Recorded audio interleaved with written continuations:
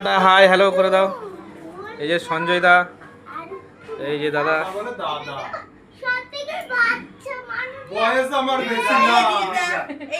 এই যে ভাইরাল দিলীপ দা। ভাইরাল দিলীপ দা, আমাকে কেউ করো না এত ভাইরাল, আমি কিন্তু খুব শিগগিরই হয়ে যাবো তোমাদের থেকে আড়াল। একদম। এটা হচ্ছে রানাঘাটের big big star centre Dilip Haldar. Actually Ranaghat থেকেই যত বড় বড় স্টার সেন্টার বেরিয়েছে। হ্যাঁ ঠিক ঠিক।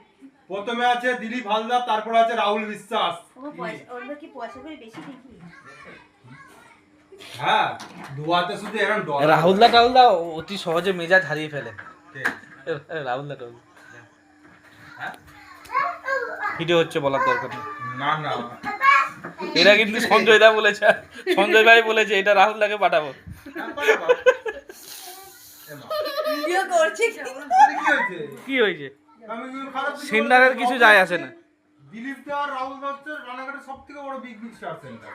আচ্ছা কি যেন বলে রাহুল দার সেকেন্ড চ্যানেলটা কি হলো হঠাৎ করে? ফিরে পেয়েছে। ফিরে পেয়েছে আবার। ফিরে পেয়েছে? আমি আগের দিনই তো গেছিলাম লাইভ কি হ্যাক করে নিয়েছিল? আমি বলতাম না কি করে নিল, আমার সাথে তো সেরকম ওটা প্রোফাইলটার ভালো গ্রোথ ছিল।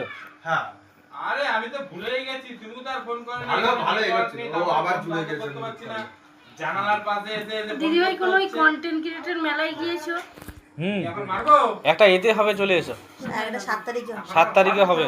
রানাঘাটে ওই যে আমাদের ডিসেম্বর। ভাইরাল হ্যাঁ হ্যাঁ হ্যাঁ। কত 350 টাকা মনে হয় না? বাড়ির পাশে। ওই 500 টাকার মধ্যে। না 399 না। 400 কত টাকা? বলবে বুক ও করে যে যে ফটো তোলা আছে আমাদেরকে গেলে কিছুই না, একটু পরিচিতি হওয়া যায় লোকের সঙ্গে। এই হচ্ছে ব্যাপার। গিয়েছিলাম, তারপরে নেটওয়ার্ক নেই, ভিডিও দেখতে পাচ্ছি না। হ্যাঁ 300 নিয়ে আমার তো 400 ইচ্ছাই করে না। 400 টাকা। যাবে তো তোমরা। দেখো এখানে নাম্বার আছে, তোমরা ডাইরেক্ট ফোন করে বুক করতে পারো। এবার যদি বলো না আমি তোমাকে সে আমরাও করে দিতে তোমার পারবো। থেকে করে নেবে কি? হ্যাঁ, মনে কোনো ব্যাপার নেই, তুমি যেখানেই করো। আমার কাছে করলেও যা টাকা লাগবে, তুমি ডাইরেক্ট ফোন করলেও তাই লাগবে। কম বেশি লাগবে না সবার এক টাকা নিয়ে ভাবছি না গো, টাকা নিয়ে এবার কি যেখানে পরিচিত কেউ একজন যাচ্ছে, তাকে বুক করালে কি হয়, গিয়ে তোমাকে আর খুঁজতে হয় না আমি কোথায় এটা পাবো। আমাকে একটা মাস মাইনে দিও, তোমার যা বলবে আমি সব ঠিক করে দেবো। কি করতে হবে? ওই যে আমাকে একটা মাইনে দিয়ে রাখো, আমি তো ও আচ্ছা বললাম টাকা পয়সা কোনো ব্যাপার না, তো মাইনা দিয়ে রাখতে মাস মাইনেটা ফিক্স করে বলে দাও যে এই দেবো, বাকিটা আমি বুঝে নিচ্ছি কোনি। তুমি কত মাস মাইনে নেবে বলো? আমি বললাম তুমি তো এত টাকা খরচা করেছো, তাহলে একটা মাস মাইনে ফিক্স করে দাও আমাকে, মাস গেলে এই দেবো, তোমার সবকিছু প্রবলেম আমি একাই দেখে দেবো।